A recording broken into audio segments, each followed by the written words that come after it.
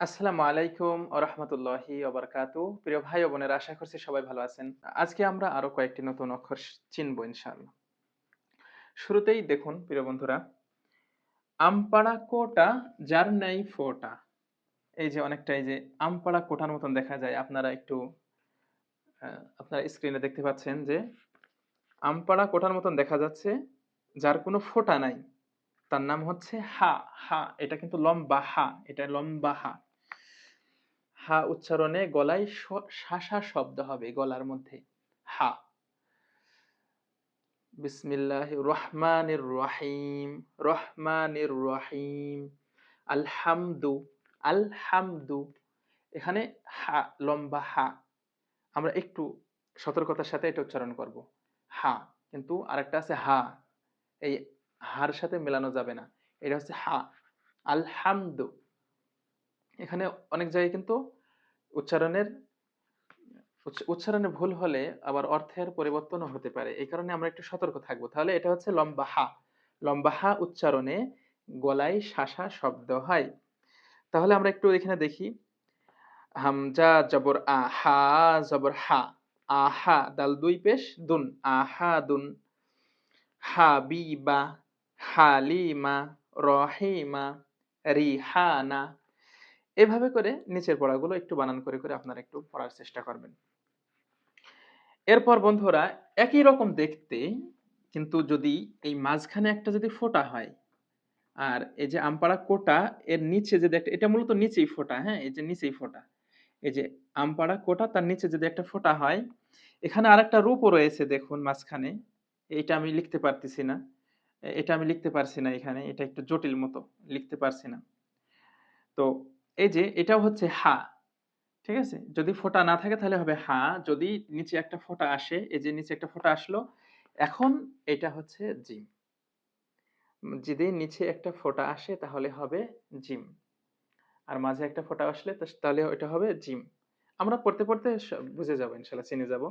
জিমের উচ্চারণ আছে, জিম জিহ্বার মাঝখান থেকে শক্তভাবে আদায় হবে। যা, জি, জু, মাঝখান থেকে শক্ত। দেখুন নিচে এখানে আমরা শব্দগুলো দেখি। রজিনা। জামিলা। আজালিন। জুলিদা। আপনারা বানান করে করে আস্তে আস্তে পড়বেন। জিম পেশ জু, লাম জেরলি, দাল জবর দা, জুলিদা। আর বানান করবেন আর বলবেন যে জিম জিহ্বার মাঝখান থেকে শক্তভাবে আদায় হবে। বারবার পড়ে পড়ে এই প্রত্যেকটা উচ্চারণ, যে কয়টা অক্ষরের উচ্চারণ আছে আমাদেরকে মুখস্থ করে ফেলতে হবে। অক্ষরের উচ্চারণ যদি মুখস্থ না করি তাহলে সেই অক্ষরগুলো আমাদেরকে, তাহলে আমরা ওই অক্ষরগুলো যখন উচ্চারণ করব ভুল চলে যাবে, ভুল হবে। এক অক্ষরের জায়গায় অন্য অক্ষরের উচ্চারণ হয়ে যাবে আমাদের, যদি আমরা মুখস্থ না করি। তাহলে মুখস্থ করতে হবে, বারবার চর্চা করতে হবে। প্রিয় ভাইরা, আশা করছি আপনারা জিমের উচ্চারণটি সঠিকভাবে করতে পারবেন। খালি থাকলে হবে হচ্ছে হা, মাঝখানে বা নিচে যদি নুক্তা হয় তাহলে হবে জিম। আর এই এই নুক্তাটাই যদি উপরে হয়, এভাবে উপরে যদি চলে আসে তাহলে সেটা হবে হচ্ছে খ। ঠিক আছে? যদি উপরে আসে তাহলে হবে খ। এখানে বলা হচ্ছে যে আমপাড়া কোটা উপরে একটা ফোঁটা, তার নাম খ। খর কোনো উচ্চারণ নাই, সহজ অক্ষর। খ, খি, খু, খন, খিন, খুন। সেই আমরা যে ওই যে পূর্বে আমরা পড়েছিলাম যে জবরে আকার হয়, কিন্তু খয়ের বেলায় খা বলা যাবে না, খ জবর খা বলা যাবে না, বলতে হবে শুধু খ। শুধু খ। মনে রাখতে হবে বন্ধুরা। আশা করছি এই তিনটা অক্ষর হা, লম্বা হা, জিম এবং খ আপনারা চিনেছেন। আসুন আমরা আরো সামনের অক্ষরটি দেখি। একটু পূর্বে আমরা লম্বা হা চিনলাম উচ্চারণ সহ। এখন আরেকটা হা আসছে, এটা হচ্ছে বলতে পারেন, আমি বলেছি হেড়ে হা, মানে এমনি সাধারণ হা। ঠিক আছে? আশহাদু, ওখানে এই হা। আশহাদু। আলহামদু, এটা হচ্ছে লম্বা হা। প্রিয় বন্ধুরা, এই হাটার অনেকগুলো রূপ আছে। এখানে দেখুন, আপনারা স্ক্রিনে দেখতে পাচ্ছেন, ডাবের মতো দেখা যায়। ডানে হলে পান, ডানে হলে পান, মধ্যে হলে জিলাপি অথবা পাখির ঠোঁট, শেষে হলে জাতি। এই যে শেষের রূপটা হচ্ছে জাতি, তার নাম হা, তার নাম হা। গোল হা এর উপরে দুইটি ফোঁটা থাকলে তার নাম হচ্ছে তা, মানে গোলতা। এই গোল হা এর এই উপরে যদি আবার দুইটা ফোঁটা এরকম আসে, তাহলে পরে সেটা হচ্ছে গোলতা। এটাও একটু মনে রাখতে হবে বন্ধুরা, কারণ এটাও এভাবে এই হার উপরে অনেক জায়গায় আছে। আরবি শব্দের মুয়ান্নাস যেগুলোকে বোঝায়, প্রত্যেকটা মুয়ান্নাসের এই যে এই গোলতা, গোলতা হচ্ছে মুয়ান্নাসের একটা, কোনো শব্দ যদি মুয়ান্নাস হয় তাহলে শেষে এই যে শব্দের শেষে গোলতা আসে, তাহলে সেটা মুয়ান্নাস হয়। তাহলে এই তার ব্যবহারও প্রচুর, গোলতার ব্যবহার। তাহলে আমাদেরকে এই হাটা সহজ, এই হার কোনো উচ্চারণ নাই। হাটা আমরা একটু ভালো করে বোঝার চেষ্টা করি। এখানে দেখুন আপনারা যে পান পাতার মতন দেখা যাবে, এরপরে এখানে বলছে যে ডাবের মতন দেখা যায়, মধ্যে হলে জিলাপি, এই যে জিলাপির মতন পেঁয়াজ আর কি, অথবা পাখির ঠোঁট শব্দের মাঝে এই রূপে আসবে, পাখির ঠোঁটের মতন দেখতে আসবে। শেষে হলে জাতি, তার নাম হচ্ছে জাতির মতন।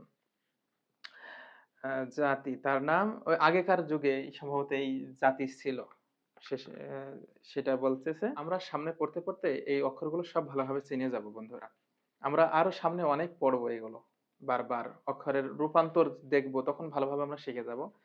আশা করছি আপনারা লম্বা হা এবং গোল হা আপনারা চিনতে পেরেছেন। আমরা আমাদের পরবর্তী অক্ষরে চলে যাচ্ছি। গোল মাথার উপরে একটি ফোঁটা থাকলে তার নাম ফা। ফা উচ্চারণ কেমন হবে? ফা অক্ষর উচ্চারণে হাসি মুখে দাঁতে ঠোঁটে আদায় হবে। ফা সহজ, ফা ফি ফু, ফান ফিন ফুন, সহজ অক্ষর। ফা জের ফি, তা জবর তা, ফি তা, ফাতিমা, ফাহিমা, ফি র যা। জিম জিহ্বার মাঝখান থেকে শক্তভাবে আদায় হবে, তাহলে ফি র যা, এভাবে ফুলি। তো আশা করছি ফাটা আপনারা চিনতে পেরেছেন, যে গোল মাথার উপরে একটি ফোঁটা তার নাম হচ্ছে ফা। কিন্তু এই গোল মাথার উপরে যদি আবার দুইটা ফোঁটা হয়, এই যে গোল মাথা উপরে দুইটি ফোঁটা, তার নাম হচ্ছে কফ। শব্দের মাঝে এভাবে আসবে, শব্দের মাঝেও গোল মাথার উপরে দুইটি ফোঁটা থাকলে সেটা হবে হচ্ছে কফ। এই যে কফ, কফের উচ্চারণ আছে বন্ধুরা। কফ জিহ্বার গোড়া থেকে মোটাভাবে আদায় হবে। কফ একদম একদম গোড়া থেকে, জিহ্বার গোড়া থেকে মোটাভাবে আদায়, ক ক এভাবে একদম যেন ভিতর থেকে আদায় হবে। ক কি কু, শাইইন কাদির, ওখানে এই কফ আছে। তাহলে কফ জবর ক, কফ জের কি, কফ পেশ কু। আমাদের অনেক মাসাসিরা এই কফটা উচ্চারণ করতে তাদের একটু কষ্ট হয়, তো আমরা ইনশাআল্লাহ চেষ্টা করব যতটুকু, আহ, আমরা চেষ্টা করব যে সর্বোচ্চ শুদ্ধভাবে যেন আমরা আদায় করতে পারি প্রত্যেকটি অক্ষর। তাহলে ক কি কু, কনকিন কুন। তারপরে কব জবর ক, দাল জের দি, র দুই পেশ রুন, কদিরুন, কবিলা, করিবুন, ফাকিহা, ফাকিহা লম্বা হা, ফাকিহা, কুতিলা। সর্বশেষ যে অক্ষরটি আমরা দেখছি সেটা হচ্ছে কাপ।